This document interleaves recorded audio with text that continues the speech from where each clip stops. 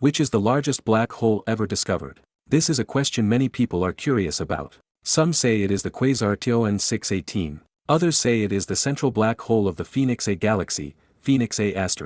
And recently, a new paper has once again brought the central black hole of the cosmic horseshoe galaxy into the spotlight. So who is the true king of black holes? As a long-established giant black hole, TON 618 had already attracted astronomers' attention back in the 1960s. In 1963, astronomer Martin Schmidt first discovered the quasar 3C273. From that point on, astronomy entered a golden age of quasar discoveries. TON 618 was discovered during this very period.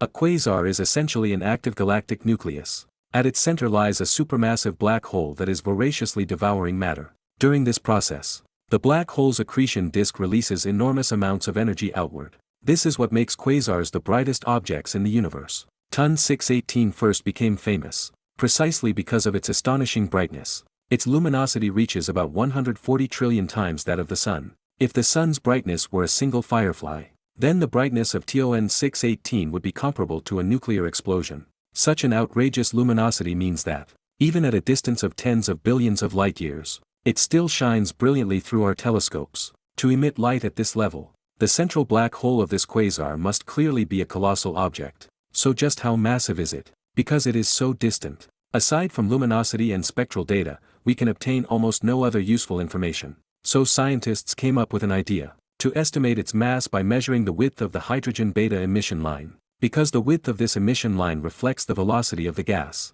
and the gas velocity is controlled by the central gravitational field. Generally speaking, the higher the velocity, the more massive the central black hole. Then, combined with the luminosity of the black hole's accretion disk, the black hole's mass can be roughly inferred. In 2004, astronomers used near-infrared spectroscopy to measure the hydrogen beta emission line width of TON 618, and the result was shocking. The mass of this black hole was estimated to be about 66 billion times the mass of the Sun. If TON 618 were an aircraft carrier, then our Sun would be nothing more than a single iron nail. Before this, black holes with tens of billions of solar masses were already considered extreme. Calling this type of object merely a supermassive black hole was no longer sufficient. You would have to call it an ultra-supermassive black hole. The central black hole of M87, previously imaged by the Event Horizon Telescope, has a mass of only about 6.5 billion solar masses. So how large would a black hole 10 times more massive than M87 be? Plugging the numbers into the Schwarzschild black hole formula and doing a simple calculation, its event horizon radius would be about 1,300 astronomical units. If TON 618 were a soccer field, then the entire solar system, including the Kuiper belt and even the inner Oort cloud, would not extend beyond it. However, the figure of 66 billion solar masses has long been controversial within the scientific community. The problem lies in the measurement method itself. Estimating mass from emission line widths is ultimately an empirical approach, and it is easily influenced by winds from the accretion disk. Different emission lines also have different sensitivities to the velocity field. For example, later studies used the carbon-4 emission line instead, and the resulting black hole mass was reduced by half. While people were still arguing endlessly about the true mass of TON 618, another challenger appeared. Phoenix A** is the central black hole of the Phoenix A galaxy. It sits at the very center of the Phoenix galaxy cluster. Unlike TON 618, Phoenix A** is not a quasar.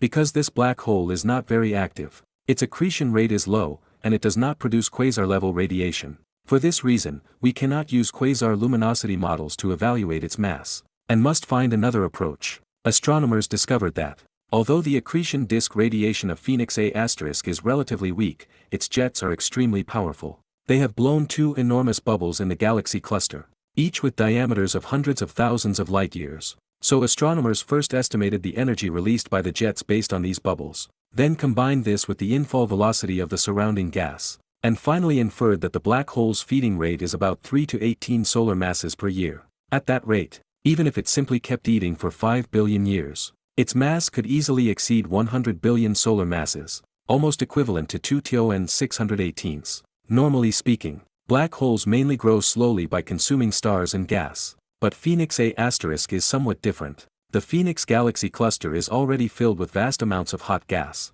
and the Phoenix A galaxy sits at its very center. For Phoenix A**, this is equivalent to monopolizing the entire cafeteria of the galaxy cluster. The food supply is virtually endless. Originally, this gas should have cooled and formed stars. But instead, it has become exclusive fuel for the black hole. Even so, the outer regions of the cluster still contain enormous quantities of hot gas, to the extent that large-scale starbursts are taking place. At present, it is forming stars at a rate of several hundred per year. By comparison, our Milky Way forms only about 1 star per year. This shows just how rich the Phoenix A system is in matter. However, a mass of over 100 billion solar masses is already approaching the theoretical upper limit for black holes. Because although black holes are often said to devour everything indiscriminately, the accretion disk feeding mechanism itself imposes a limit on how fast they can eat. The faster a black hole feeds, the stronger the radiation pressure from the accretion disk, which blows material outward, thereby reducing the feeding rate.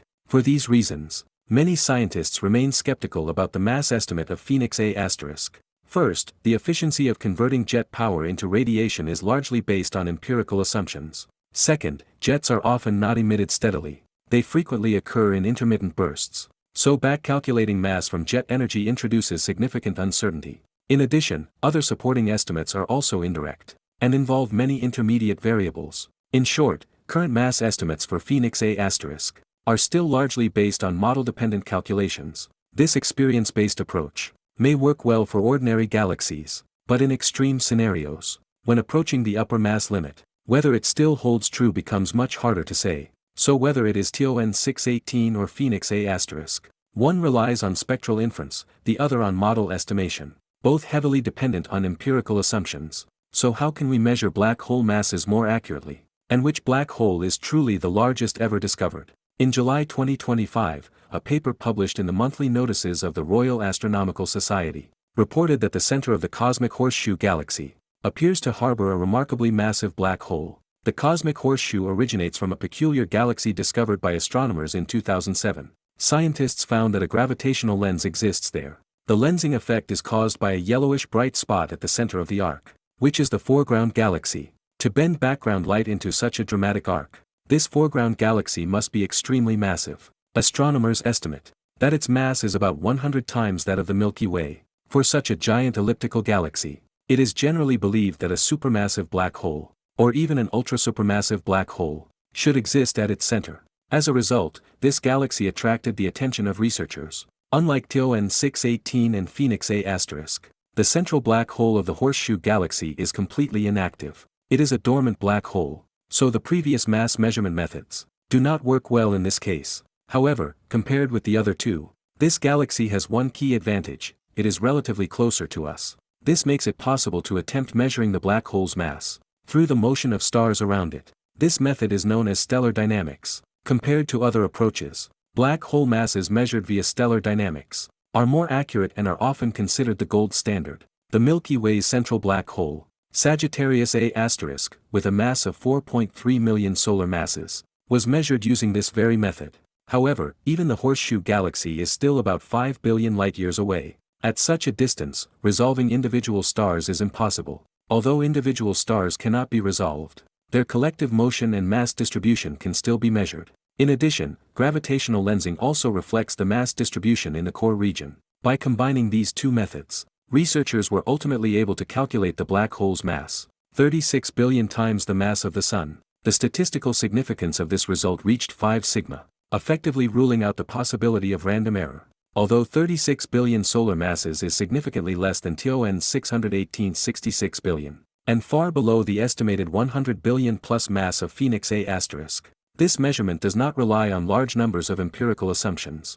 Gravitationally based measurements are more direct and reliable. Therefore, when we ask again, which is the largest black hole currently known, the answer may not be unique. TON 618 and Phoenix A** may both be contenders, but from a scientific standpoint, the central black hole of the cosmic horseshoe galaxy is likely the most well-established and deserving, true king of black holes discovered so far.